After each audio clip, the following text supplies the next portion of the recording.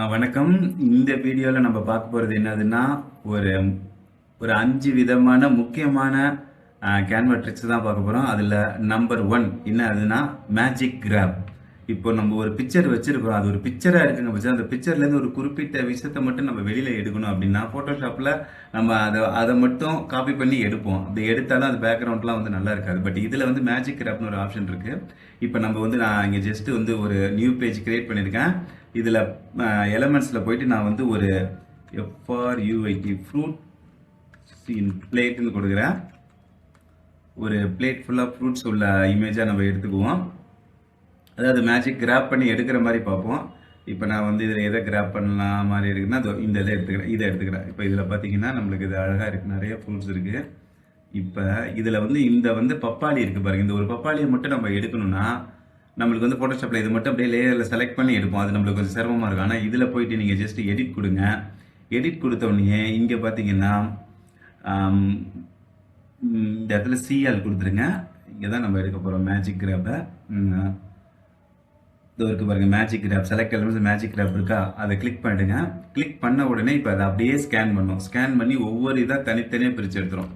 இப்போ நம்ம வந்து இதில் ஏதாவது ஒன்றை மட்டும் எடுப்போம். இந்த மாம்பழத்தை மட்டும் எடுப்போம். இந்த மாம்பழத்தை மட்டும் செலக்ட் பண்ணுறேன். செலக்ட் ஆகிடுச்சா, கலெக்ட் பண்ணிட்டு கிராப்னு கொடுத்துருங்க. இப்போ திருப்பி ஸ்கேன் பண்ணி அதை மட்டும் கிராப் பண்ணி எடுக்கும். ஒரு ஃபியூ செகண்ட்ஸ் ஆகும். நம்ம வந்து ஆனால் எடுத்துடலாம். அவ்வளோதான். இப்போ பாருங்கள், இப்போ இது வரைக்கும் ஒரே இமேஜாக இருந்தது. இப்போ 2 இமேஜாக செலக்ட் ஆகுது பாருங்க. இப்போ இந்த மாங்காவை மட்டும் நான் தனியாக எடுத்துடலாம். இங்கே பாருங்கள், இப்போ இதை எடுத்த பிறகு இந்த பிக்சரில் எந்த வித சேஞ்சஸும் இருக்காது. அங்கே ஏதோ ஒரு பழம் இருக்கிற மாதிரி வச்சு விட்டுருச்சு பாருங்கள். இப்போ இந்த மாம்பழத்தை திருப்பி இங்கேயே நம்ம வச்சுக்கலாம். இல்லை இப்போ ஒரு பையன் நிற்கிற மாதிரி வேணும்னு வச்சுக்கோங்க. இப்போ இந்த இடத்துல போயிட்டு இங்கே வந்து ஒரு பாயின் கொடுங்க.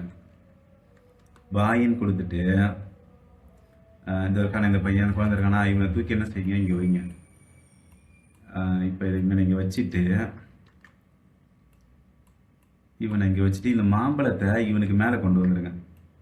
இப்போதைக்கு இங்கே வைங்க. இப்போ எப்படி இருக்கு பாருங்க, நல்லா இருக்கா? இதே மாதிரி நிற்கிற மாதிரி வச்சுக்கினா இன்னும் அழகாக இருக்கும். இப்போ 2வது ஆப்ஷன் என்னதுன்னா மேஜிக் லேயர். இப்போ வந்து நம்ம ஒன்றை மட்டும் நம்ம மேஜிக் கிராப்பில் ஒன்றை மட்டும் பிரித்து எடுக்கோம்ல. இப்போ இது எல்லாத்தையுமே பிரித்து எடுக்கணும்னா ஜஸ்ட் கிளிக் பண்ணிவிடுங்க, எடிட் கொடுத்துருங்க. மேஜிக் லேயர்னு வந்திருக்கு. இது வந்து ரீசெண்டாக வந்த ஆப்ஷனு. மேஜிக் லேயர்னு கொடுத்துட்டோம்னா இப்போ என்னென்னா இதில் இருக்கிற எல்லாத்தையுமே அது வந்து லேயராக ஃபோட்டோஷாப்பில் எப்படி இருக்குமோ அதே மாதிரி பிரிச்சிடும்.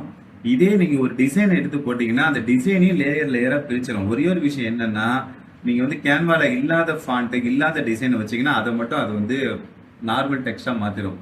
மற்றபடி ஆல்ரெடி கேன்வாலேயே நீங்கள் பண்ணியிருந்தது அப்படின்னா அதை அப்லோட் பண்ணி இந்த மேஜிக் லேயர்ஸில் கொடுத்தீங்கன்னா அது ஒவ்வொரு இதையும் தனித்தனி லேயராக பிரிச்சிடும். இப்போ பாருங்கள், ஸ்கேன் பண்ணுது, ஒவ்வொரு இமேஜையும் தனித்தனியாக பிரிச்சிடும் பாருங்கள்.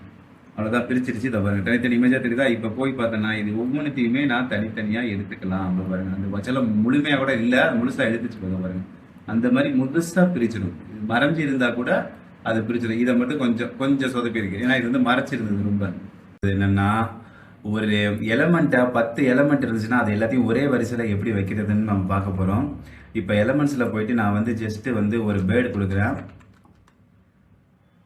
இப்போ வந்து ஒரு பேடை விட நான் உங்களுக்கு முக்கியமானதாக சொல்லித்தரேன். இப்போ லைன் வந்து ஒரு லைன் போடுறோம். இப்போ வந்து லைனில் உங்களுக்கு சொல்கிறேன், ஷேப்ஸில் இருக்க லைன்ஸை வந்து யூஸ் பண்ணி பார்த்தீங்கன்னா உங்களுக்கு ரொம்ப யூஸ்ஃபுல்லாக இருக்கும்.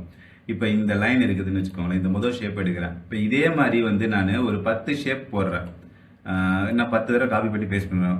Ctrl+C கொடுத்துட்டு 1 2 3 4 5 6 7 8 9 10 கொடுத்துட்டேன். இப்போ 10 இருக்குது. இந்த 10 வரிசையில் எடுக்கணும்னா இந்த இதை வந்து இங்கே கீழே வச்சுக்கோங்க, கடைசி இதை ஒன்று, அவ்வளோதான். இப்போ என்ன பண்ணு, எல்லாத்தையுமே செலக்ட் பண்ணிவிட்டு பொசிஷனுக்கு போயிட்டு பாருங்க, ஸ்பேஸ் ஈவன்லி வெர்டிகலின்னு இருக்குல்ல, அப்படி கொடுத்துருங்க.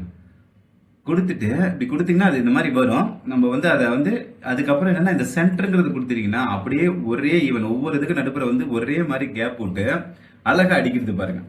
இப்போ இதே மாதிரி நம்ம ஒரு பொம்மையை வந்து நம்ம அடுக்கணும், ஒரு அழகாக வைக்கணும் அப்படின்னா நான் ஒரு பேடை வச்சு காட்டுறேன். பேடு வந்து இப்போ வந்து நம்ம வெர்டிகல் வச்ச இப்போ ஹரிசாண்டலாக வச்சு காட்டுறேன் பாருங்க. இப்போ இந்த பேடு இருக்குது. இப்போ இந்த பேடை வந்து நான் என்ன செய்கிறேன்னா Ctrl+C கொடுத்துட்டு 1 2 3 4 5 6 7 8 கொடுத்துருக்கேன். இந்த கடைசி இதை மட்டும் இங்கே போட்டுருங்க. போட்டுட்டு இப்படி எல்லாத்தையுமே செலக்ட் பண்ணுங்க. வழக்கம் போல் பொசிஷன் போங்க. ஃபர்ஸ்ட் என்ன பண்ணுங்க, இந்த மிடில் சென்டர் ஆப்ஷன் இருக்குல்ல, இதை கொடுத்துருங்க. கொடுத்துட்டு இந்த ஹரிசாண்டலி கிளிக் கொடுத்துருங்க, அவ்வளவுதான். இப்போ அப்படியே வரிசையா ஒன்று பக்கத்தில் அதுவே அடிக்கிடும். இப்போ இதே நம்ம ஃபோட்டோஷாப்லேயே கோரட்ராலே பண்ணோம்னா எடுத்து எடுத்து வச்சுக்கிட்டு அந்த லைனுக்கு நேராக பார்த்து பார்த்து வச்சிருக்கோம். இப்போ வந்திருக்க அட்வான்ஸ்டு ஆப்ஷனில் கொஞ்சம் ஓரளவு ஒரு லைன் மாதிரி நம்மளுக்கு தெரியுது. பட் கேன்வாவை பொறுத்த வரைக்கும் ஆட்டோமேட்டிக்காக அதுவே ஃபிக்ஸ் பண்ணிடும். நாலாவதாக நம்ம பார்க்க போகிறது என்னதுன்னா, ஒரு 3D எலமெண்ட். இப்போ இது வந்து ஒரு 2D இமேஜ் இருக்கா, இதை ஜஸ்ட் கிளிக் பண்ணுங்க. ஆஸ் யூஷுவல் எடிட் பட்டனை கிளிக் பண்ணுங்க. இப்போ இங்கே வந்துட்டு இந்த ஃபில்டர்ஸ் இருக்குல்ல, மேட்ச் இருக்குல்ல, ஸ்டைல் மேட்ச்சில் போயிட்டு சிஆல் கொடுத்துருக்கேன். இங்கே வந்து நிறைய நம்மளுக்கு ஆப்ஷன்ஸ் இருக்கும். இதில் வந்து கீழே வந்து பார்த்தீங்கன்னா ரியலிஸ்டிக்ல இருந்து 3D ஆர்ட் இருக்கும். இந்த 3D ஆர்ட்டுங்கிறத கிளிக் பண்ணிட்டீங்கன்னா போதும். ஜஸ்ட் கிளிக் பண்ணிங்கனாலே நம்ம எந்த இமேஜ் வச்சிருக்கோமோ அது வந்து ஒரு 3 டைமென்ஷனல் இமேஜாக மாறிடும். நம்ம ஏற்கனவே பழைய வீடியோவில் பார்த்த மாதிரி 3 டைமென்ஷனில் அதை நம்ம வந்து ரொட்டேட் பண்ண முடியாது. பட் 3D இமேஜாக பார்த்துக்கலாம். இப்போ இதை வந்து நான் 3D இமேஜாக மாத்திரம் பாருங்க. கீழே வந்து நம்மளுக்கு வந்து பார் போகும். அது முடிஞ்சாலும் வித்துட்டு பாருங்க, 3D இமேஜாக கிரியேட் ஆயிடுச்சா. எவ்வளோ முதல்ல இருந்தது இது எவ்வளோ அழகாக இருக்குது. இப்போ இதுவே நம்ம 3Dயாகவே யூஸ் பண்ணால் அதில் யூஸ் பண்ணலாம். இப்போ இன்னும் ஈஸியாக பண்ணலாம்னு பாருங்களேன். இப்போ இங்கே போயிட்டு எலமெண்ட்ஸில் போயிட்டு நான் இப்போ இந்த பேர்டு எடுக்கிறேன். இந்த குருவி, நீல கலர் குருவியை எடுத்து இப்போ இதையும் நான் 3Dயை மாற்றணும்னா நான் என்ன பண்ணுங்க, ஜஸ்ட் இதை கிளிக் பண்ணுங்க. இங்கே மேலே ஸ்டைல்னு இருக்குல்ல, இதை கிளிக் பண்ணிட்டு இதை கிளிக் பண்ணீங்கன்னா இது ஆட்டோமேட்டிக்காக அது என்ன ஸ்டைலில் இருக்கோ அதே ஸ்டைலில் இது மாறிடும். இது வந்து 3Dயா மாறிடும் பாருங்க, ரொம்ப அழகா இருக்கும். நீங்க எந்த இமேஜ் வச்சு யூஸ் பண்ணாலும் அது 3D இமேஜா கன்வெர்ட் பண்ணி யூஸ் பண்ணீங்கன்னா உங்களோட டிசைன்ஸ் வந்து பார்க்கறதுக்கு வந்து ரொம்ப அட்ராக்டிவா இருக்கும். இப்போ இதே சாட் ஜிபிடி எல்லாம் போனா நம்மளுக்கு இந்த அளவு 3D எஃபெக்ட்ஸ் எல்லாம் கிடைக்காது. அது 2Dலயே வந்து எஃபெக்டிவா கொண்டு வந்த பாருங்க, வந்துருச்சு பாருங்க, சூப்பரா இருக்கா.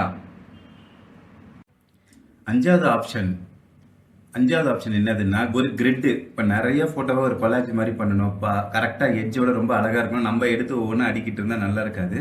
நம்ம ஆல்ரெடி ஃப்ரேம்ஸ் வந்து யூஸ் பண்ணோம். இப்போ ஒவ்வொரு ஃப்ரேமும் பக்கத்தில் வச்சாலும் அதை வந்து மொத்தமாக வந்து நம்ம வந்து மூவ்மெண்ட் பண்ணுறதுக்கு நம்மளுக்கு சிரமமாக இருக்கும். எல்லாத்தையும் செலக்ட் பண்ணி குரூப் பண்ணிட்டு இருந்தாங்கன்னா அதே நேரத்தில் நீங்கள் எலமெண்ட்ஸில் வந்துட்டு கீழே வந்து கிரிட்ஸ் இருக்கும். கிரிட்ஸுக்கு வந்துட்டீங்கன்னா அதுவே வந்து இமேஜ் கொலாஜ் மாதிரியே ஃப்ரேம்ஸ் வந்து நிறைய வச்சிருக்கும். இப்போ இதில் வந்து ஏதாவது நம்ம எடுத்துக்கலாம். இப்போ நான் இந்த கிரிட் எடுக்கிற பாருங்க, 3 கிளிக் பண்ணிங்கன்னா என்ன சைஸ் வச்சிருக்கோமோ அந்த சைஸ்க்கு போட்டுரும். இப்போ இங்கே போயிட்டு ஃபோட்டோஸில் போயிட்டு நான் வந்து ஜஸ்ட் வந்து அனிமல்ஸ் எடுக்கிறேன். அனிமல்ஸ்னு கொடுத்துட்டு இப்போ நம்ம ஃபோட்டோ அப்லோட் பண்ணி வச்சுக்கலாம். அனிமல்ஸில் கொடுத்துட்டு ஃபோட்டோ கொடுத்துருங்க. இப்போ ஒரு 3 ஃபோட்டோ நான் எடுக்கிறேன், அனிமல்ஸ் ஃபோட்டோவை. இதில் இன்னொரு விஷயம் பார்த்துங்க, இங்கே போயிட்டு ஷோ ஃபில்டர்ஸ் இருக்குல்ல, இங்கே போயிட்டு நீங்கள் வெர்டிக்கல் இமேஜாக எடுத்துக்கலாம். இங்கே போனால் ஸ்கொயரு ஹரிசாண்டல் இருக்கும். அதில் போய் வெர்டிக்கல் இமேஜ்னு கொடுத்துட்டு அப்ளை கொடுத்தீங்கன்னா வெர்டிக்கலாக இருக்கிற இமேஜஸ்லாம் வரும். அதை தூக்கி நம்ம அப்படியே இங்கே யூஸ் பண்ணிக்கலாம். இப்போ பாருங்கள், நான் கொடுக்குறேன் பாருங்கள். இது ஒன்று. அடுத்தது இந்த கொக்கு இங்கே ஃபிட் பண்ணுறேன். அடுத்தது வந்து வேறு எதை வைக்கலாம், இந்த நாயை வைக்கலாம். இப்போ இந்த நாய் எதுக்கு இங்கே வைக்கிறேன் பாருங்க, அவ்வளோதான், ஈஸியாக ஃபிட் ஆகிடுச்சு பாருங்க. இதே மாதிரி நம்ம ஒரு கிரிட்டை பண்ணால் என்ன பண்ணணும், ஃப்ரேம் வைக்கணும், இல்லை இந்த பக்கத்தில் நடுப்புற இந்த மாதிரி கோடு வர வைக்கிறதுக்கு இடைவெளி விடணும், பல வேலைகள் பண்ணிட்டு இருக்கணும். இந்த மாதிரி ஈஸியாக நம்ம ஒரு கிரிட்டை வந்து கிரிட் ஆப்ஷனை யூஸ் பண்ணி பண்ணிடலாம். Thank you very much.